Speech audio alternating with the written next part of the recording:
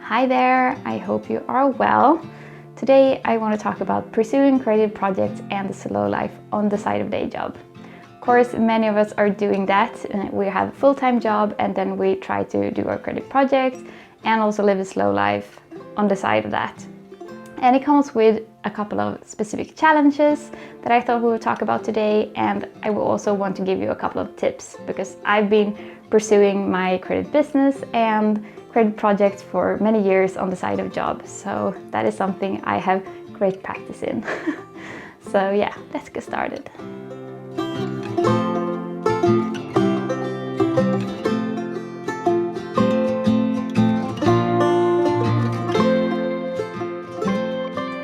So the first thing I want to say is that don't compare yourself to people working full-time. It's easy to start comparing yourself to other people online, whether it's bloggers, YouTubers, Instagrammers, or other people working as artists or writers. And you sort of compare your own output and your own work when you're doing it part-time with someone who is doing it full-time. That is an unfair comparison. Let's just start by saying that. When I began my creative journey, I heard someone say that if you put in part-time effort, you get part-time results. And that can sound a little bit depressing, but I also think it's a little bit liberating as well. Because if we are doing something just one day a week or a couple of hours a week, we are not going to see the same output and results as someone who is doing it as their job. So just feel reassured that if you are doing it part-time, you are not supposed to get the results or get as far or create as much as someone is doing it full-time. So just keep that in mind when you're comparing yourself to other people online.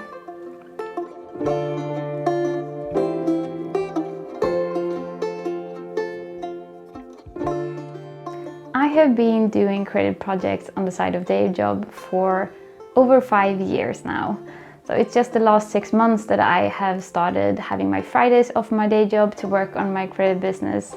Before then, I have always been doing it on the side of a full-time job. So I don't have kids, so that of course helps to create more time, free time to spend on creative projects. But yeah, it hasn't always been easy. That's just the truth.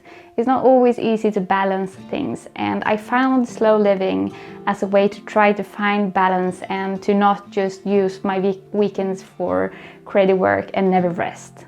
So that is sort of how I entered slow living and how I've explored it and experienced it. So for me, to find both creativity and calm in my free time, I blend slow living and creativity. So I have slow living activities and I have creative work. And in my last video about slow living habits, I talk a little bit more about that. So have a watch on that if you haven't done so already. And yeah, so pursuing a creative project, creative work, or even a creative business on the side of day job comes with some challenges, of course. The obvious thing is that we lack time and we might lack energy as well, but something that I think we talk a little bit less about, but that affects us just as much, is that we're sort of getting pulled out of our creative mindset all the time. Because when we do a creative project full time, for example, I have been working on my novel on summer vacations, for example, we can be 100% into the work and we sort of can immerse ourselves in the creative work we're doing. But if we're just doing it on weekends, for example, we work on it for 2 days and then we get pulled out of it and have to think about other things for 5 days, and then we are sort of supposed to step into it again. And that sort of back and forth can create a little bit of doubt in your mind, and also it's sort of like you are viewing your creative work from the lens of your day job values part of the week, and that might not necessarily be beneficial. I have found when I have thought a lot about my creative work during the weeks, so the thing is, I don't really have energy to do much creative work during the weekdays. What I do have energy for though is to think about it. So I've had 5 days a week to think about my credit work, but not be able to do much with it. And then comes the weekend when I'm supposed to just go ahead and do it. And that can create a lot of overthinking. It can create a sort of mindset when you're overthinking every decision, you're overthinking everything, and you're thinking through, you're creating strategies, and you're making plans perhaps, but you're not able to move forward and take action on it. And that can create a little bit of doubt as well. If you're prone to overthinking, you probably know what I'm talking about here. So that is something to just be aware of, and to see that this is a little bit of the challenge when you're doing it part-time, to not be able to fully immerse yourself in your work. And the times when you're able to do that, if it's summer vacations or if you take a week off from your job, for example, to work on a creative project, you will see that it's easier because you are sort of able to do it undisturbed for a while. And that can be really helpful if you're trying to make good progress in a creative project, to do that every now and then. But that being said, it's of course 100% possible to do great creative projects on the side of day job. So I have finished a novel, I have started my blog, I've started my business, I worked with coaching clients, I am doing this YouTube channel on the side of day job. Granted, now I'm doing it on 3 days a week instead of just the weekends that I used to do before. So let's talk a little bit of the things that we can do and keep in mind when we are doing it part-time, and sort of what to think about. So if you find that you are struggling to make time for creative projects or make time for slow living activities, I find it beneficial to think of your week as a little bit of a blank slate. Okay, so start with thinking, okay, there's nothing in your free time. Imagine that you just have your day job, all else time is just blank. And then think about what are the most important things that you want to fill that time with.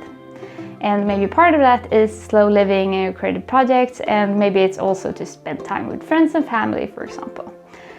And then sort of put that into your week as if you didn't already have a schedule that you're used to. That way you can see more clearly how you would like to structure your weeks if you didn't already have any habits. So that can be helpful just to reimagine what a good week would look like for you if you were doing creative work and also slow living activities like you want to.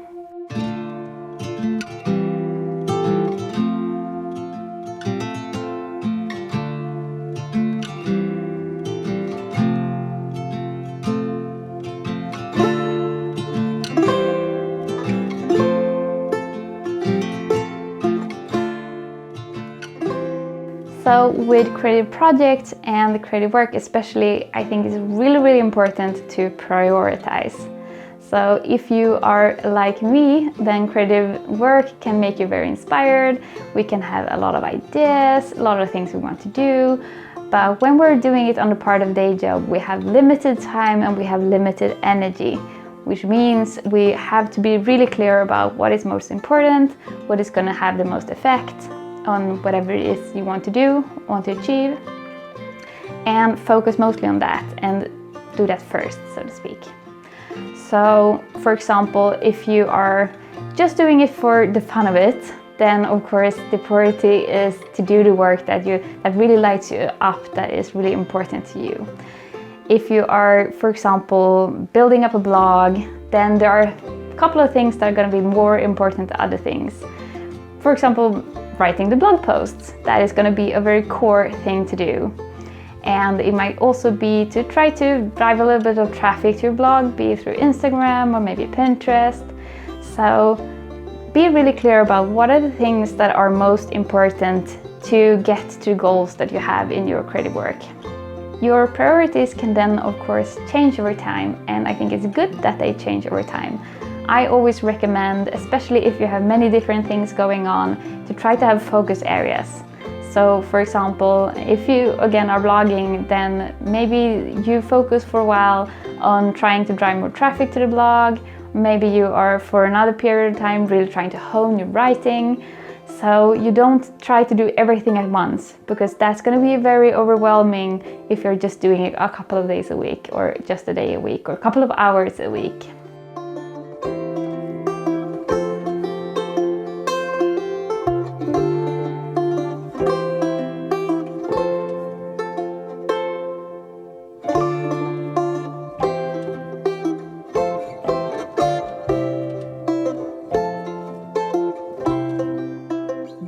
So when you have found your time in the week for your creative projects and your slow living activities, and you've also gotten clear on your priorities in your creative work, maybe you have some focus areas, some plans to help you focus on different things in different periods, then you come to the place where you have to decide how much creative work you can do in a week, or whatever time period you're working with.